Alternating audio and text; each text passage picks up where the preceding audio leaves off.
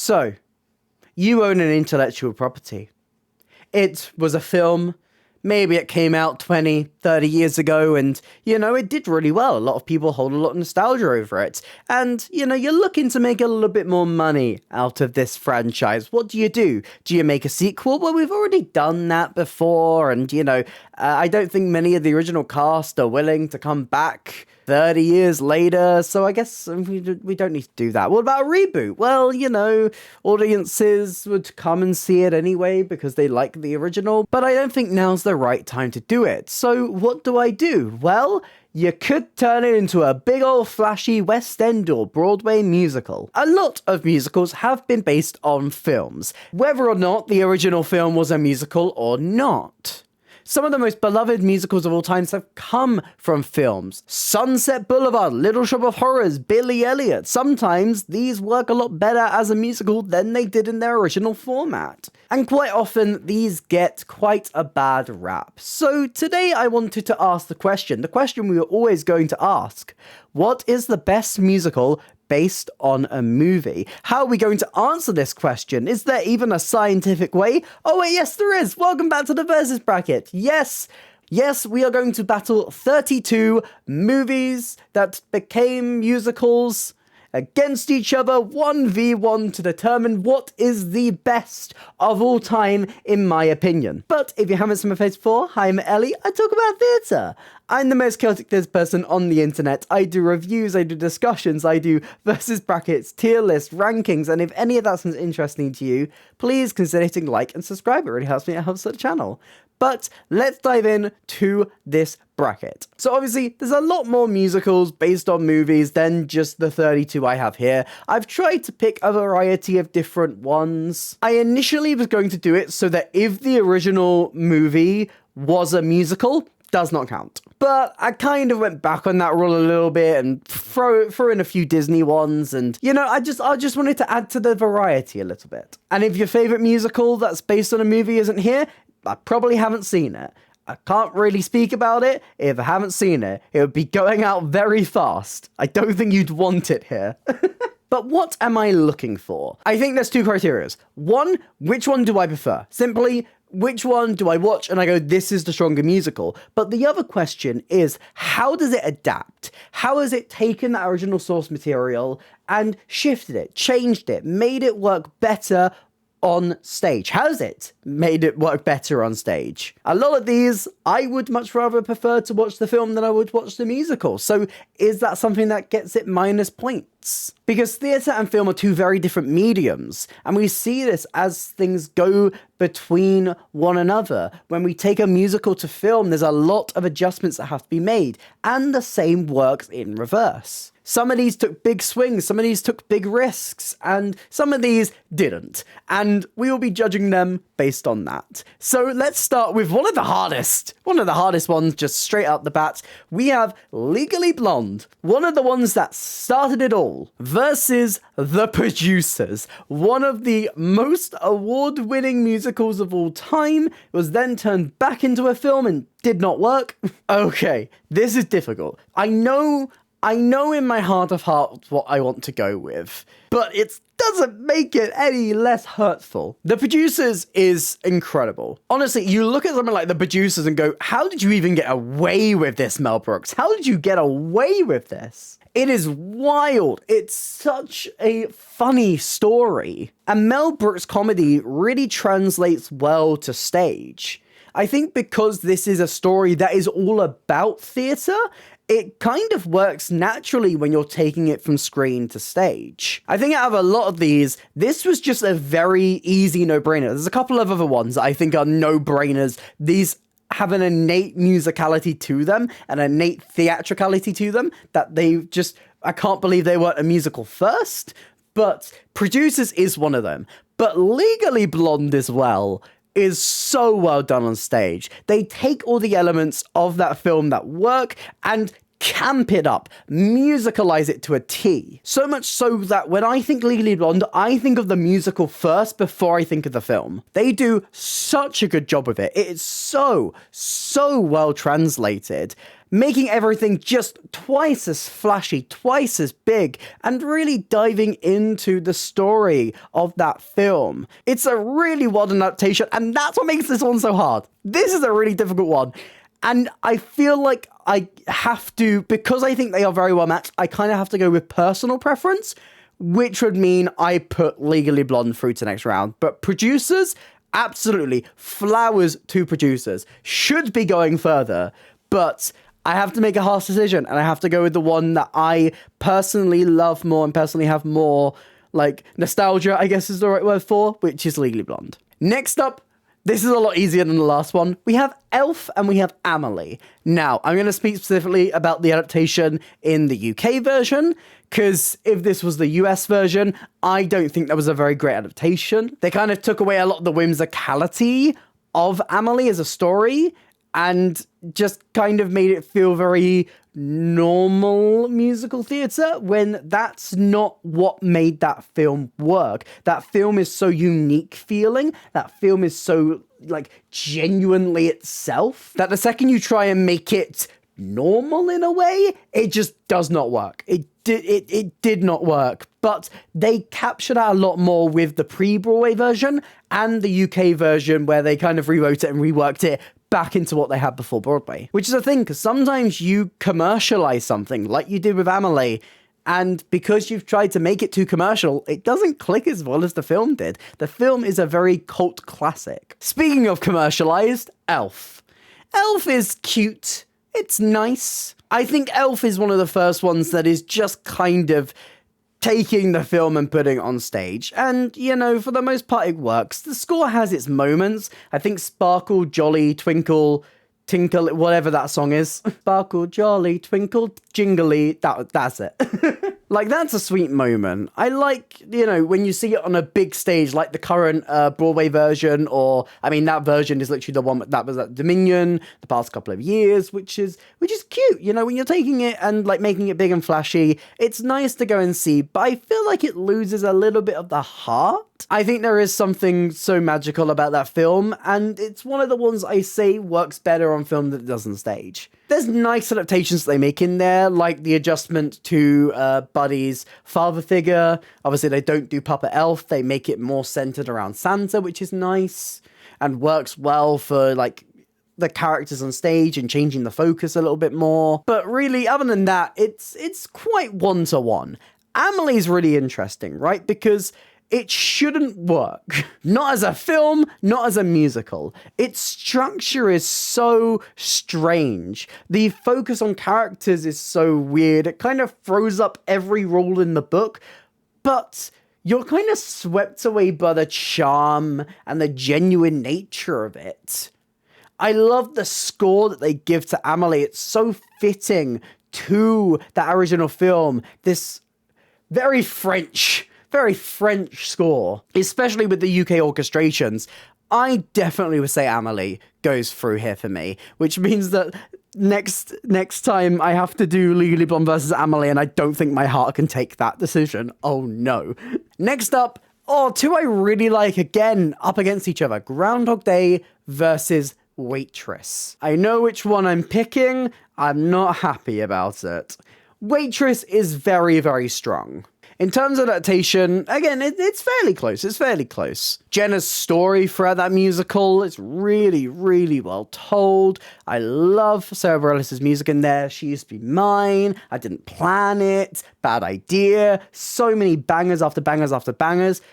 Groundhog Day, I feel, is stronger in adaptation, though. And that is what I think is going to give it the win. Because Groundhog Day takes a film that shouldn't work on stage and plays with it completely. I love how, you know, it is very, very similar to that film, but it takes its own approach. It plays with Phil Connors as a character. It puts a lot more focus onto him. I love how it plays with the time aspect. I love how it repeats things. I love how it does that in really clever ways, using that stagecraft. I would say Groundhog Day goes further here for me. Next up, we have the film that everyone thinks is a Disney film that isn't a Disney film, and then Disney bought Fox, making it a Disney film now, Anastasia, versus Monty Python's Spamalot. Now, I will put a little notice here because you may or may not know that I don't speak about John Cleese's work on the channel, because John Cleese has made his opinion on trans people very, very clear, and I disagree with that massively. However, I will speak about Monty Python, because funnily enough, if you look at the creatives of Monty Python, half of them are pretty good. The other half of them, those certainly are opinions. Thank you, old men yelling at cloud. So I feel like it kind of counterbalances each other out, that I'll speak about it, sure. I mean, obviously, Anastasia takes a film that is very, like, kid-friendly. You know, you have, like, the villain being Rasputin with, like, talking rats, and I can't remember. It's been a while since I've seen it, but he has a weird, like, talking rat. Bat? It's a bat. It's a bat. And the musical looks at that and goes, no, we're not going to do that. And instead introduces a lot of different characters to take that villainous role, grounds it a lot more, which leads to a slightly more adult Anastasia, but a really fantastic adaptation, and a musical I really wish they would bring over here, but because, you know, Disney has bought that franchise and they would want it underneath Disney, the Disney theatrical brand, I don't think licensing will ever make it that we will see that musical over here, which is a real shame, because it is so good. The additional material works so well. It has its own unique voice because of the way that they adapt it. It's a really, really strong adaptation.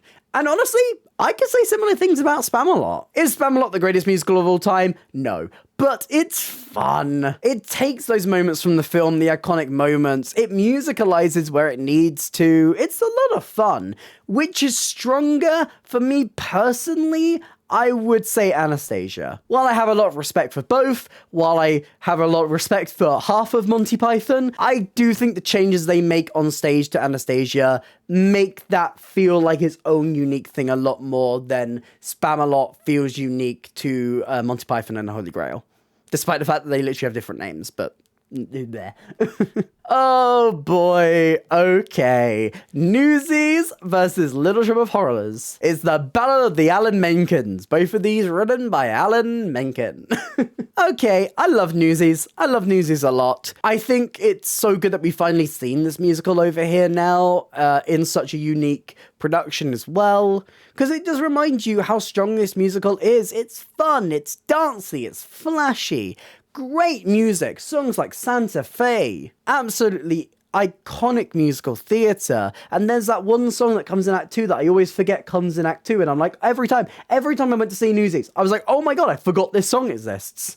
Well, I can't even remember the name of it. It's the love song. Something to Believe In? That one. But are you gonna sit here and deny that this is not Little Shop of Horrors?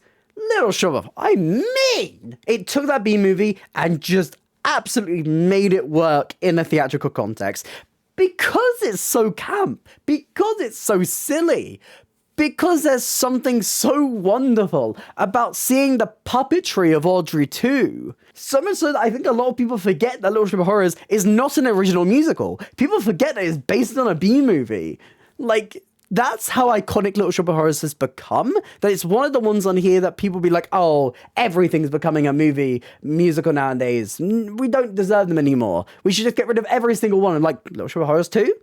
Little Shop of Horrors 2? I think Little Shop of Horrors is one of the best examples of this. And look, I think there is no clearer way to show how much you have defined your own image as your own version of this, to make it feel like you are the original.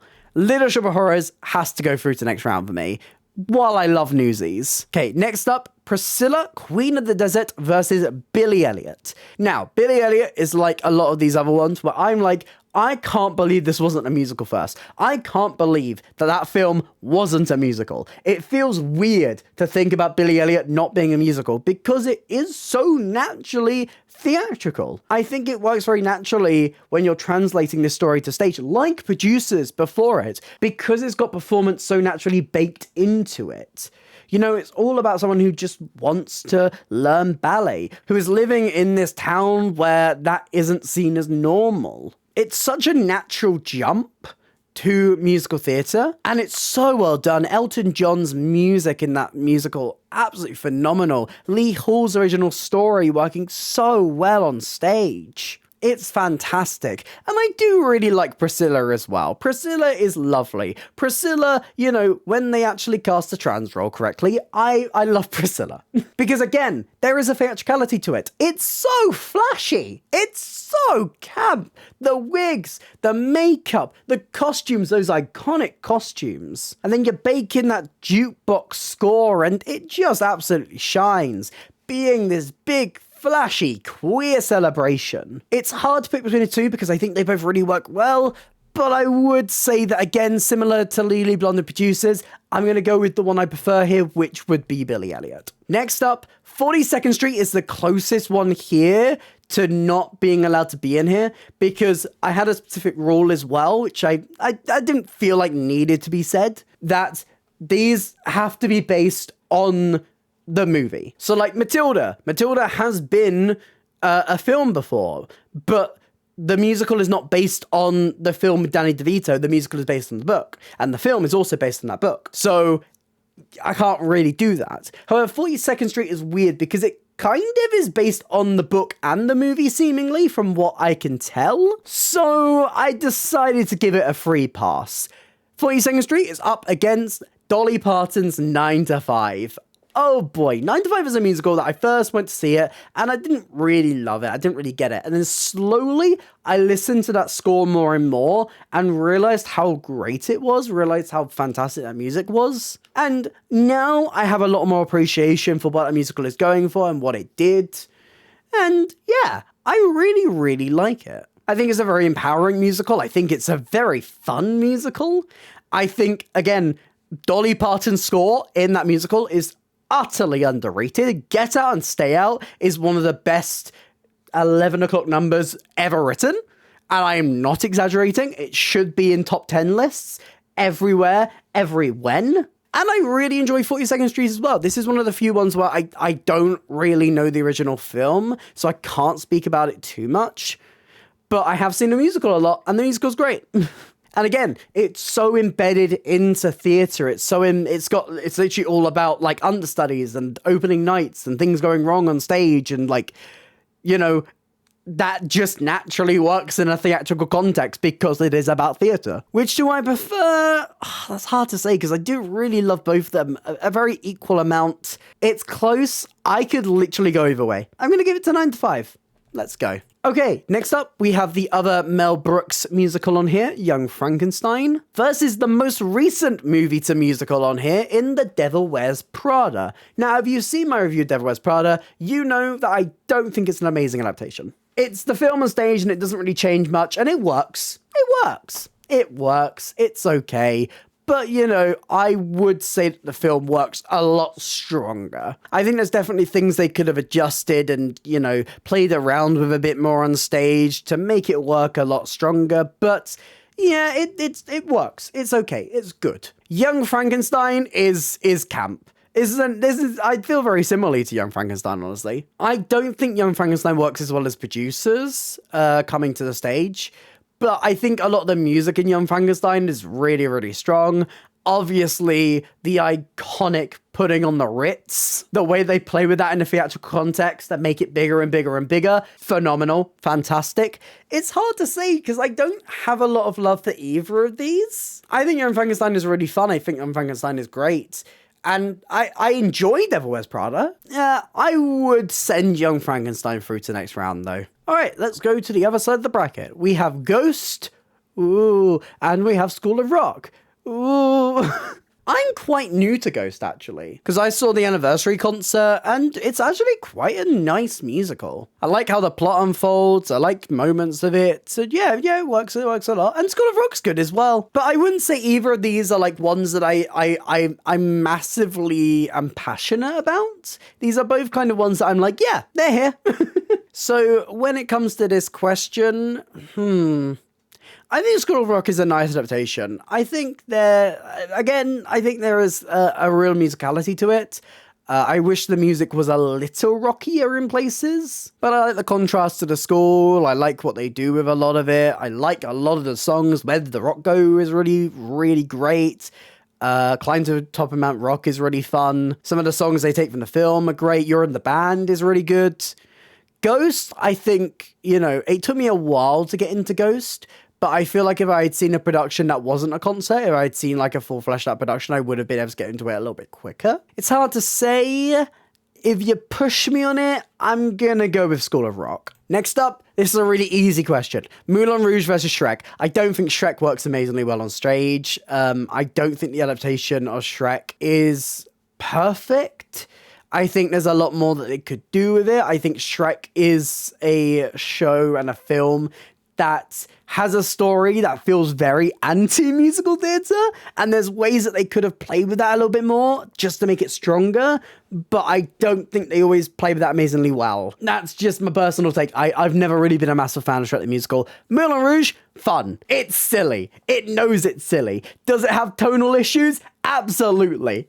1,000,000%. But you know what? There's a charm to that. And I think the flashiness of it and all of that makes it work really well on stage. The way that they adapt and play with the theatrical space that they're always in is fantastic. The way that they've converted their spaces into the Moulin Rouge. Love that. The clear winner for me here is Rouge. Again, another one where we're going to speak about a musical that I don't really love. Mean Girls vs. Hairspray. I've spoken a lot about Mean Girls on the channel and why I don't really love it as a movie to musical adaptation. I think a lot of that is because the style of the film and a lot of the comedy of the film works stronger in that original context when it's a little bit more stripped back. And Mean Girls on stage kind of has to camp itself up to a point where it needs to do something different than a lot of the original comedy. But then if you lose that original comedy, you're going to lose the people who really like Mean Girls and a lot of those quotable moments. And it kind of fights between these two things a little bit. Like the nature of what Mean Girls is and having to adapt that to a very different theatrical context kind of makes it a bit like that. And, I don't think it always strikes that balance. I will say I like this London version a lot more. I think pacing-wise and structure-wise and adaptation-wise, it works a lot stronger with moving some of those numbers around and getting rid of some of the reprises and smooshing them a bit together. That works stronger for me. I know that some people disagree with that. I don't love the Broadway version. I think the London version is a lot stronger. That's a lot of words to say that I have conflicted opinion on Mean Girls, and I do think it has improved through its time on Broadway and for its time now coming over to London. But Hairspray is just the it girl. Hairspray is the it girl. I could have maybe pushed through Mean Girls. Like, if Mean Girls was up against Shrek, I would probably be able to push through Mean Girls, but I can't push Mean Girls through with Hairspray because Hairspray is so well done. It's campy, it's boppy, and again, it's another one where the musical has become so iconic that people forget that that's not the original. And you can see the original's fingerprints all over the adaptation. I mean, even Edna Turnblad, because originally that role was played by drag queen Divine, and that's why we had John Travolta, and if you looked at the West End, we've had Michael Ball play that role. I think undeniably it's Hairspray. It's Hairspray. Next up, Mary Poppins versus Heathers.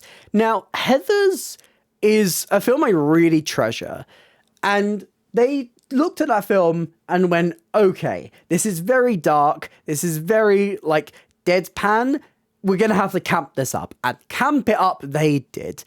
So much so that the original Heathers, I feel would be very alien to a lot of Heathers fans. I think they take a lot of the ideas of Heathers and adapt it and play with it and mess around with what works. I like how, in a more modern day, they play around with some of the iconic lines. My dead gay son is such a throwaway line in the film, and they take that and they play with it and they make the dads gay, and like they mess around with a lot in Heathers. They take a lot of these darker themes and add a bit of camp to it to, you know, give it its own unique perspective. So much so that I think the musical and the film are two very unique experiences. And that is kind of what I want to see in some of these as well. I want to see a musical that can stand on its own and doesn't have to just be compared to the film. Saying that, would love to make a What's Different on Heathers to the film version. I've done the musical and how the musical itself has changed. Would love to compare that to the film at some point, because they are very, very different. Despite following the exact same story, they are very different. Mary Poppins, I think out of all of the Disney musicals, is the best adaptation. I love both of these, and I could send either one through. Which is the better musical? I do think it is Mary Poppins. Mary Poppins is a stronger musical. But when we're speaking about adaptation and we're speaking about taking something to stage, I would maybe say Heathers. I think I'm going to go with Heathers. Is that wild of me? I don't know. Next up, Back to the Future versus Beetlejuice. I think Beetlejuice is one of the best examples of taking a film and going your own way with it. They looked at that and went, okay, we want to pitch this musical at a slightly different demographic, so let's change who we're focusing as our leads. And while it still tells that exact same story from the film, it feels completely and utterly different. There's a lot more Beetlejuice in there, which feels natural as he is more of a starring and leading role in the musical version. They give him a lot more songs, they give him a lot more moments, and that leads into a very big shift in his character from that original film. I think this is one of the strongest adaptations out of everything we've spoken about. And it's got a very easy target here because Back to the Future is the film. They don't play with it much. They don't really do much. The reasons that Back to the Future works on stage is because of the stagecraft of it all, which is very impressive. But if we're looking at that book, I think it's a very flawed book. And I think a lot of the moments that he chooses to musicalize don't really work amazingly well.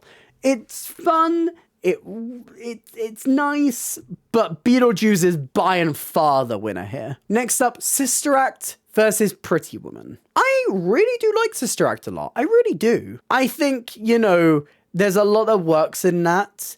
I like how they take Dolores Van Cartier on the stage. I like how, like, they play around with her, like, act and everything. Because obviously she comes from a performance basis. Again, a lot of the performances in Sister Act and, like, that natural through line of it makes it a natural choice to bring it to stage. And it's very fun. It's very flashy. It camps it all up. You have chases. You have nuns with swinging around things to fight off gangsters. Like, they understand what it is and heighten a lot of it to make it more silly and fun. And it has a very different tone to that original film in a lot of places as well, that I feel like gives it its own unique voice. Pretty Woman, I think, struggles on stage a little bit. I think it's quite an intimate two-hander at points, and I don't think that always naturally shifts to stage, especially in the adaptation that they go for with the rockier sound, which kind of has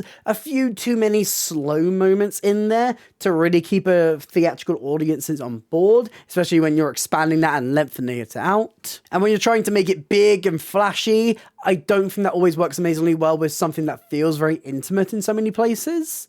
I do think Sister Act is stronger here. Next up, we got two musicals you may be less familiar with. This is The Band's Visit, recently seen in London at the Donmar Warehouse a couple of years ago, and was on Broadway, was the Best New Musical winner there. And there's also Catch Me If You Can, which is based on the real life of con artist Frank Abagnale, which he had a film made out of his autobiography, which is in turn what the musical kind of takes basis of. Like 42nd Street, it takes ideas from the book, it takes ideas from the film. A majority of it is very definitely based on that film, so I think it's fair to say that it can come onto this list. And honestly, both of these very strong. The Band's Visit is a beautiful musical.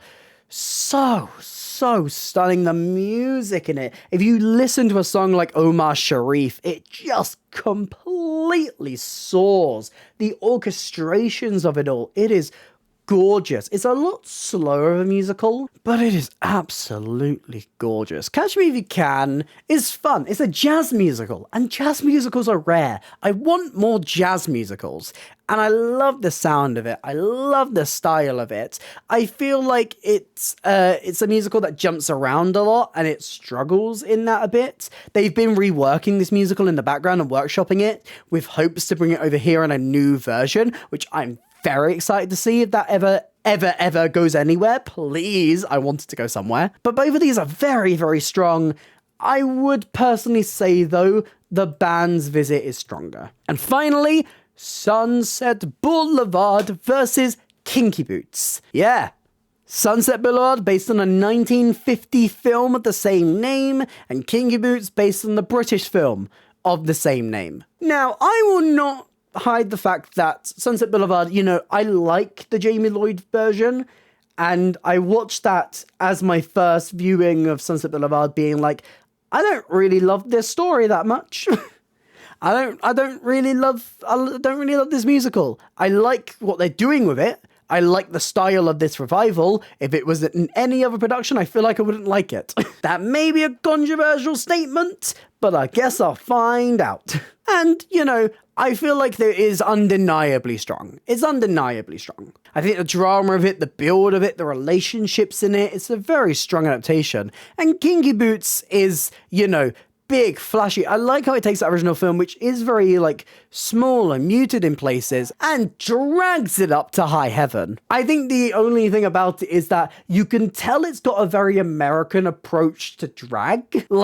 There's a real difference between British drag and American drag, and you can very much tell that this was made and written by Americans. The drag queens in it feel very American versus, the drag queens in the film who feel a lot more British and feel a lot more innately into that British style of drag. But in turn, that does make it feel a lot more unique in terms of adaptation. It's close. I would probably give it to Sunset Boulevard, though. Okay, we have gone through the first one, picked our first winners, and now we can go through a little bit quicker and find our winner. Let's speedrun this. Round 2. This is going to take me a while because I need to pick between Legally Blonde and Amelie, and I don't want to. Okay? If I can send all of these through, I would, but I have to make a decision. I have to make it now. And I love Amelie. Amelie's one of my favorite musicals of all time. Amelie is probably top 5 for me. Maybe even top 3 at a push. And Legally Blonde, I think, is top 10. They're so good. I think both are fantastic in terms of adaptation. These two should be the finale, and this is why it's not fair. But you push me on it, you twist my arm, and I would give it to Amelie, which is tough because I feel like Legally Blonde deserves to go through because it's one of the first of this style, pushing the boat out, pushing the boundaries, and really showed what musicals based on movies should be. But Amelie is so unique, so beautiful, so well told. I love it so much, and it has to go through. Groundhog Day versus Anastasia. I love how both of these play with that source material, but I do think a lot of the stagecraft in Groundhog Day is what will push it through to the next round. Little Shop of Horrors, Billy Elliot. Oh, I love both of these so much. Billy Elliot is fantastic. Little Shop of Horrors is phenomenal. I do think Little Shop of Horrors is a lot more iconic. And again, I think the fact that you think of that first before you think of the original film, that shows how strong it is. I would say Billy Elliot does have that as well, but I would send for Little Shop of Horrors. 9 to 5 versus Frankenstein. I feel like I have a lot more love for 9 to 5, which will send it through to next round. Other side, School of Rock, Moulin Rouge. Yeah, I like School of Rock. I think Moulin Rouge is fun. I would say Rouge is stronger for me, though, personally. Hairspray versus Heathers, The Battle of the H's. Oh, okay. Hairspray, better musical. Heathers, really strong adaptation. This is push and pull. And in this instance, making a snap decision, I would say I would give it to Hairspray. Beetlejuice versus Sister Act is really not a fight for me. I love what they do with Sister Act. I love how camp it is, but Beetlejuice is the obvious winner here. Okay, The Band's Visit versus Sunset Boulevard. Both of these, very good. Both of these very, very strong. I would give it to Sunny Booths, though. I would give it to Sunset Boulevard. Next up, Amelie versus Groundhog Day. Don't do this to me. Just don't do this to me. Just why are you doing this to me? Why am I doing this to myself? This is not fair. This is not right. I would say Amelie. I would say Amelie. Amelie is so underrated. And I wish I could send through both. Again, I want to again. Little Shop of Horrors versus 9 to 5. This is a fairly obvious one for me. I love 9 to 5. I love what it does, but Little Shop of Horrors, iconic, iconic, iconic. Moulin Rouge versus Hairspray. Again, I love Moulin Rouge, but I feel like Hairspray is stronger when it comes to adaptation and is more iconic. And again, has the Little Shop of Horrors syndrome where you think of the musical before you think of the film. Which may also just be because both of them have been adapted to film again. Maybe that's why you think of the musical first, because people think of the new musical, which is interesting. That's really interesting to think about. And Beetlejuice versus Sunset Boulevard.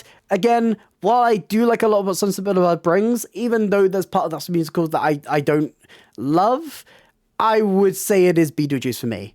Okay, semi-final. Amelie, Little Shop of Horrors. Oh boy, this is the battle of I like this musical and I treasure it so much. And the other one is probably the rightful winner here, but I like this one. Okay. Amelie is beautiful. Amelie is so well done. Amelie takes that film that should not work on stage and makes it work on stage. The pacing, the characters you go between, giving it and doing it with an ensemble, especially in the UK version, the Actor Muser Ensemble, to build up that picture of Paris and this image of this town is stunningly gorgeous. I love the campness of Little Shop of Horrors. I love how it plays with it. I love how it does everything. I think the way that the plant comes to life on stage is so, so fun. I would say Amelie is stronger when it comes to adaptation, though. I would say Amelie takes something that shouldn't work and makes it work. But Little Shop of Horrors is more iconic. Little Shop of Horrors is so fun. Little Shop of Horrors has some of the best music in musical theatre history. Suddenly Seymour, Downtown, the opening number, Don't Feed the Plants, Supper Time, Feed Me. These are some of the most iconic songs in musical theatre history. And I feel like I've just got to make the snap decision. And the right decision to make here would be Little Shop. I know. But I do feel like I'm going to give it to Amelie. And the other side, Hairspray and Beetlejuice. Hairspray has so much fun in adaptation. Hairspray knows what to do with that adaptation. It camps it up, it bigs it up, it's flashy and fun and camp, and doesn't skimp out on that message and that moral, making that such a centerpiece in the musical. But Beetlejuice, that musical, takes a story, looks at it, analyzes it, and goes, okay, this is what works, this is what doesn't, this is what we want to focus on, let's change this, let's shift this, let's go with this instead. It's so clever in what it keeps, what it changes, what it moves around. It's one of the most unique when you're comparing it to the original film it came from. And I have so much respect for that, and it has to be in this finale. I did not expect this. I expected Legally Blonde to be here. I expected Little Shop of Horrors to maybe be here. And maybe it should have been. Let's be perfectly honest. But this is how the cookies crumbled. This is how it's gone. And now we've got to make a final decision. So, some of my favorite comments on these videos every single time is hearing what you think. So, what is your favorite musical based on a movie? What is in your finale? And are there any musicals on here that you feel like should have gone further? Honestly, I'd love to see Waitress go further, Newsies go a bit further. Would I love to see something like Mary Poppins go a bit further as well? But we come to my finale pickings. Amelie versus Beetlejuice. Amelie. It's here because it's taking a film that should not work on stage and plays with it and still makes it feel genuine and respectful of that original source material and still makes it work on stage. It's weird, it's wacky, it's wonderful, and uses the campness of musical theatre, uses its score to underline all of these moments and to give it such a unique feel. It's so well crafted, such a beautiful, beautiful folksy musical. Versus Beetlejuice, so unique to the film, taking what it needs to and playing with what it has. Shifting the focus of characters. Honestly, I love the adaptation of Beetlejuice so much that I made multiple videos comparing the two, showing what they changed and why they changed it.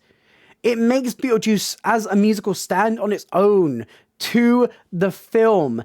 And for that, I do think it is currently my pick for the best musical based on a movie. But what do you think? What is your favourite musical based on a movie? And are there any musicals based on movies that I forgot to put on this list? There's going to be so many, I can only put 32 on this list, otherwise I'd be here all year. Let me know all your thoughts on this in the comments down below. If you did enjoy this video, please consider hitting like and subscribe. It really helps me out the channel. Here's some links to some other videos I'm doing right now and a link to my Instagram if you'd like to drop me a follow over there. There's other social links and a merch store in the description down below. But that's it for me today, and I hope to see you next time. Bye!